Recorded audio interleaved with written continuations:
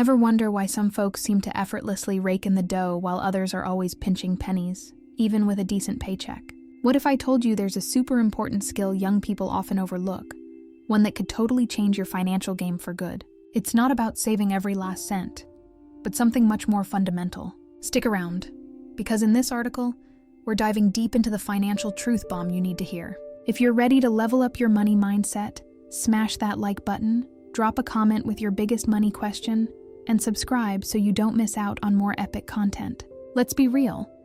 Navigating the financial world can feel like trying to solve a Rubik's Cube blindfolded. There's so much chatter about budgeting, investing, saving, and avoiding debt that it often feels overwhelming, especially when you're just starting out.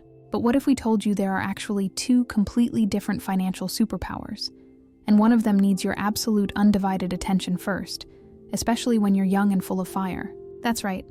We're talking about the huge difference between the ability to earn money and the ability to manage money. They might sound similar, but trust us, they are as different as night and day. Many people are absolute wizards at making bank, but then totally drop the ball when it comes to keeping it, letting it slip through their fingers like sand. On the flip side, you've got the super savers, the budget gurus, who can stretch a dollar further than anyone you know, but they often struggle to significantly increase the dollar amount they're actually working with. This article isn't about shaming either group. It's about illuminating the path forward, especially for the young hustlers out there who are ready to build a life of financial freedom. Forget the complex financial jargon for a sec, and let's talk about what truly moves the needle. Now, let's get straight to the good stuff. If you're in your 20s or early 30s, your main mission, your priority number one, your absolute non-negotiable goal should be to seriously pump up your earning game. Yeah, we know, everyone talks about saving. But hear us out. Imagine trying to save your way to millionaire status when you're only making minimum wage. It's like trying to fill a bathtub with a leaky faucet and a tiny teacup. The truth is, extreme frugality and cutting corners won't make a significant dent in your financial future if your income stream is just a trickle. The real magic happens when you increase the flow of money coming in. When you're young, you have energy, time, yes, even if it feels like you don't, and fewer heavy responsibilities compared to later stages in life. This is your prime time to take calculated risks, learn new things, and dedicate yourself to developing high-value skills that literally print money. Don't fall into the trap of thinking that nickel and diming your way through life is the ultimate solution. It's a piece of the puzzle, for sure, but it's not the first piece. The first piece is focusing relentlessly on how you can make more moolah. So, how do you actually do that? Simple. Invest in your neck up. This isn't about fancy real estate or complicated stock market plays, yet. This is about investing in yourself, in your brain, in your capabilities, in your unique superpowers. Think about it. The more valuable skills you acquire, the more problems you can solve, and the more valuable you become to the market. We're talking about skills like digital marketing, where you can help businesses reach millions online, or coding, where you can build the next big app, or even public speaking, which can open doors to leadership and influential roles. These aren't just hobbies. These are direct avenues to increased income. It means dedicating your precious time and energy to learning, practicing, and mastering something that people are willing to pay good money for. Forget binge-watching another season of that show. Instead, spend those hours taking an online course, reading industry books, attending workshops, or even finding a mentor who's crushing it in a field you're interested in. The returns on this type of investment are often exponential and far outweigh what you'd get from simply saving a tiny fraction of a small paycheck.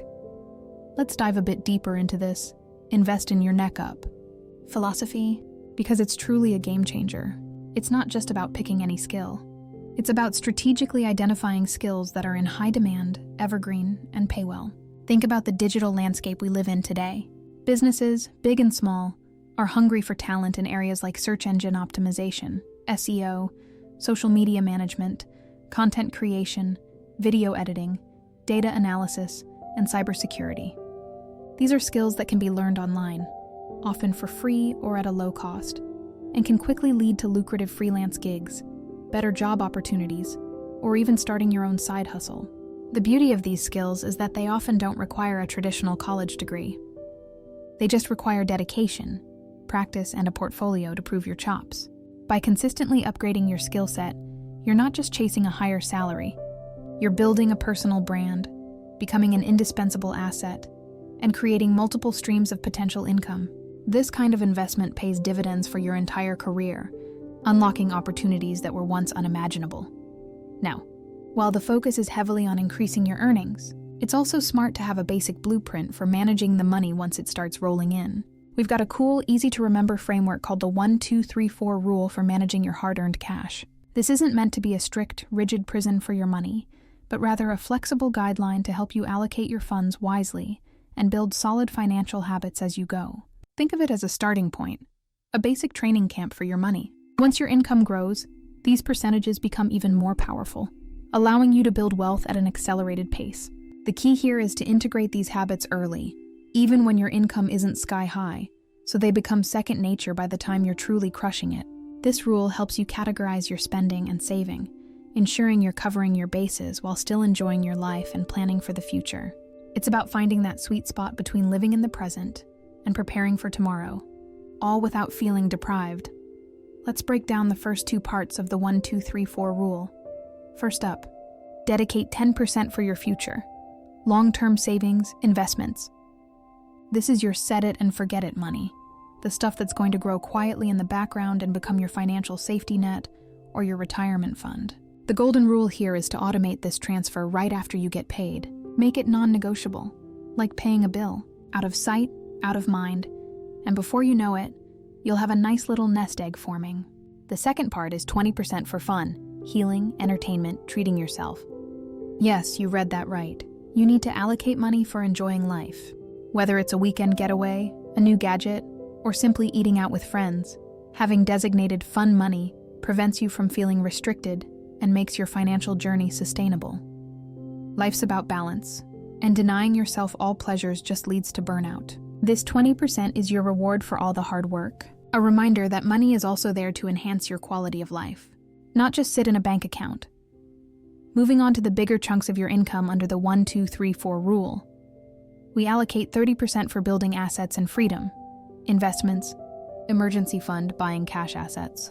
This percentage is where you really start putting your money to work for you. It's about building your emergency fund, which is crucial for those unexpected curveballs life throws your way, or investing in things that will appreciate in value, giving you more financial breathing room down the line. This could be anything from a solid investment portfolio to saving up for a down payment on a property, or even investing in a side business. The goal here is to create streams of passive income or accumulate valuable assets that provide security and generate more wealth. Lastly, 40% is for your daily living needs: food, transport, rent, utilities, etc. This is the bread and butter, the money that keeps your engine running. The idea is to manage your lifestyle within this 40% so that you're not constantly struggling to make ends meet and can comfortably cover all your essential expenses. If your needs consistently exceed 40% of your income, it's a clear signal to either adjust your lifestyle or, you guessed it, focus back on increasing your earning capacity. Now, let's talk about a tricky spot that many young people hit: the danger zone of earning around 10 to 50 million rupiah, or its equivalent in other currencies. This income bracket is fantastic because it represents significant growth from entry-level positions, but it also comes with a sneaky trap known as lifestyle inflation. This is when your spending habits automatically level up as your income increases, often without you even realizing it. You start opting for pricier coffees, upgrading your phone every year, taking more expensive vacations, or renting a swankier apartment. Suddenly, that bigger paycheck doesn't feel much bigger because your expenses have ballooned right alongside it. It's like being on a financial treadmill where you're running faster, but staying in the same place. The key here is to be acutely aware of this phenomenon and consciously resist the urge to upgrade your entire lifestyle with every raise. Instead, use that extra income to supercharge your savings, investments, and debt repayment, not just to buy more stuff. And speaking of debt, let's lay down one of the most crucial rules for lifelong financial well-being. Avoid debt like it's the plague. Seriously. We're talking about consumer debt, credit card balances, personal loans for depreciating assets, or financing things you don't truly need. The philosophy here is simple yet powerful. If you can't buy it with cash, you probably don't genuinely need it right now. This mindset helps you develop patience, prioritizes your financial health, and saves you from the suffocating burden of interest payments. Of course, some debt, like a mortgage for a primary residence or a student loan for a valuable education, can be considered good debt if managed wisely, as they can lead to asset building or increased earning potential. But for everything else, cultivate a cash-only mentality. It forces you to evaluate purchases more critically, saves you boatloads of money and interest over time, and keeps your financial future flexible and free from the shackles of lenders. Live below your means, save up, and then make your purchases without the added stress of looming payments. All right. Wrapping this up with some major truth bombs and crucial takeaways. The big lesson for all you awesome young people out there is this. Your primary mission in your early career stages is to relentlessly focus on increasing your capacity to earn more money. This means investing in yourself, your skills, your knowledge, your network, so you become incredibly valuable in the marketplace. While you're on this quest to become a money-making machine, it's equally important to simultaneously start building solid, lifelong habits when it comes to managing that money. Use simple frameworks like the 1-2-3-4 rule to guide your allocations, and always make it a point to stay out of consumer debt. By focusing on earning more, spending less than you earn, and avoiding unnecessary debt, you're not just building a healthy bank account. You're building a foundation for absolute financial freedom and peace of mind for the rest of your life. This isn't just about getting rich. It's about giving yourself the freedom to live life on your own terms. Disclaimer. The content on this channel is for educational and informational purposes only. It should not be considered financial, investment, or legal advice. Always do your own research or consult a licensed financial advisor before making any financial decisions. The creator is not responsible for any losses or damages resulting from the use of this information.